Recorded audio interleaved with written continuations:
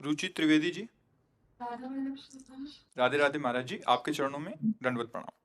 गुरुदेव, गृहस्थ जीवन में रहते हुए परिकर के प्रत्येक सदस्य के साथ अच्छा व्यवहार करने का प्रयास करती हूँ, लेकिन पारिवारिक जनों को संतुष्ट नहीं कर पाती, जिससे मेरा भजन में वो बाधा उत्पन्न होती है। गुरुदेव कृपा मार्गदर्शन करें, मैं अब क्या करूं? उससे कई बार चर्चा की है कि हम असंतुष्ट तभी होते हैं जब हम अपने कर्तव्य को भूलकर सामने वाले के कर्तव्य को देखने लगते हैं। हमारी असंतुष्टता का कारण कहीं न कहीं हमारी कामना होती है। बड़ा सूक्ष्म ये विषय है कि आप हमारे पति हैं, आपका हमारे प्रति क्या कर्तव्य होना चाहिए? आप हमारे अमुख हैं, आपका हमारे प्रति क्या कर्तव्य होना चाहिए? वहाँ हम असंतुष्ट होंगे और जब हम केवल अपने कर्तव्य को देखेंगे, तब हमें कोई असंतुष्ट कर ही नहीं सकता सृष्टि में। जैसे ये हमारे पति हमारे प्रति जैसा भी व्यवहार करे, पर मैं इनकी पत्नी हूँ, मेरा क्या कर्तव्य? बस आप निकल जाओगे, कोई आपको द्वंद्व में नहीं फंसा पाएगा। आप एक विरक्त संत हैं, आपका क्या कर्तव्य? सब में भगवत बुद्धि देखना। तो हमारा ये सूत्र हमको बचा लेगा। चिद चिद लक्षणम सर्वम राधा कृष्णमयम जगत। ए सावधान, ए क्रूरापि पापिनो न च सताम संभाष्य दृश्यास्य सर्वान वस्तुतया निरीक्ष परम स्वाराध्य बुद्धिर्मम। चाहे वो क्रूरता करे, चाहे पाप आचरण करे, चाहे दुष्टता करे, ये बाहरी यंत्र है। आंतरिक जो परम कारण है वो आराध्य देव बैठे हुए हैं और ये हम देखने के लिए निकले हैं। हमारा मार्ग क्या है? सर्वान वस्तुतया निरीक्ष परम स्वाराध्य बुद्धिर्मम। मेरा आराध्य देव विविध रूपों में, कोई बिगाड़ नहीं सकता, कोई गुस्सा नहीं दिला सकता, कोई दुखी नहीं कर सकता, कोई हमें अशांत नहीं कर सकता। हम तभी दुखी अशांत होंगे जब हम शास्त्र वाक्य गुरु वाक्य से गिर जाएंगे। पक्का त्रिभुवन में कोई पैदा नहीं हुआ दुख देने वाला, अशांति पैदा करने वाला। हमारी वृत्ति ही हमको अशांत करती है।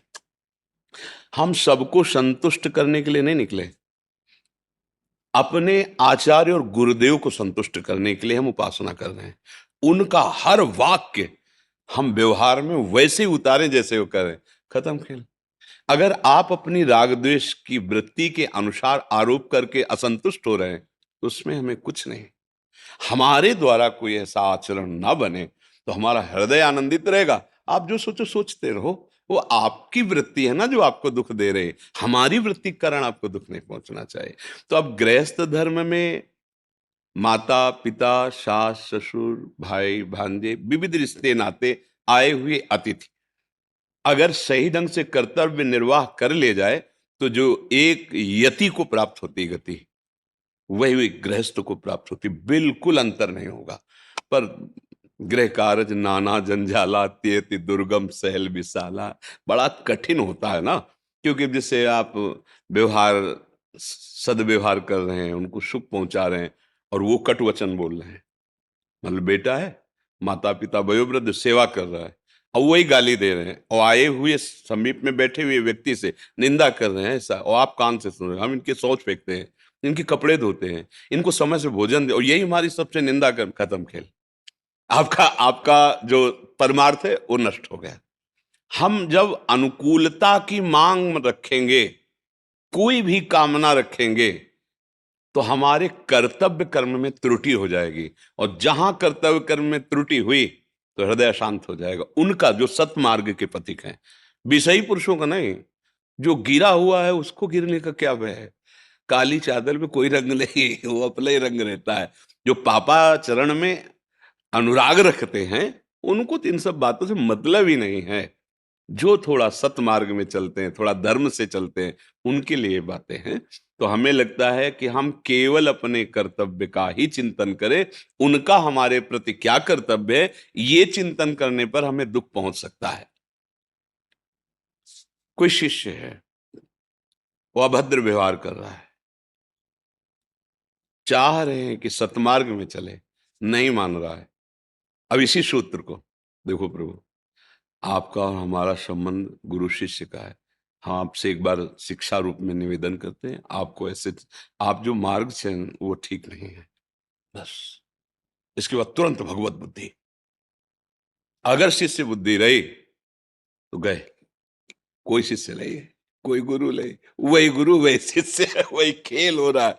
मत्ता परतरम नान्यत किंचित अस्ति धनंजय। किसके लिए ये? अपने लिए है। सर्वम खलमिदम ब्रह्म नेनानास्ति किंचन। किसके लिए? अपने परमार्थ के लिए। तो फिर चेला कौन हुआ? बस स्वांग दिया गया है जिसको, वो स्वांग निर्वाह कर लो। स्वांग है, सत्य नहीं। सत्य तो एक ही परम वस्तु है। न कोई अधम है, न कोई उच्च है, न कोई जड़ है, न कोई चैतन्य है, वही एक है। भगवान इसलिए कह रहे, बहुत जन्मों की साधना के बाद ये अनुभव होता है कि समस्त जगत भगवान वासुदेव है।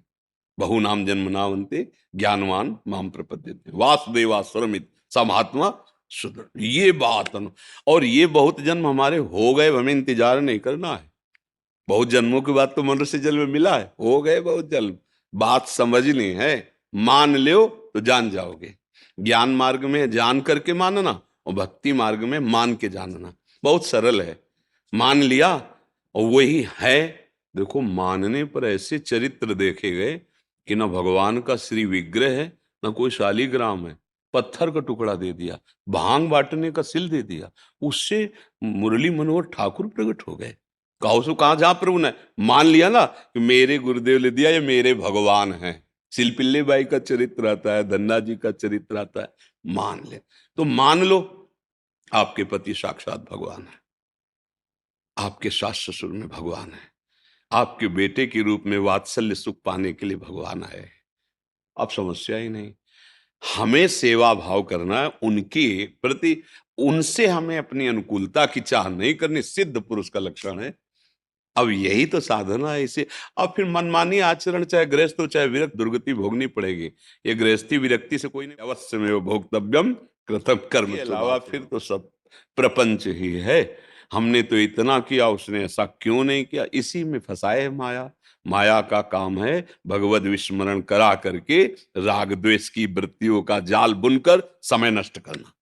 चतुर वही है, विवेक की कैंची से फटाक से काटे, राधा राधा राधा। समय नहीं तेरे विचार करने का।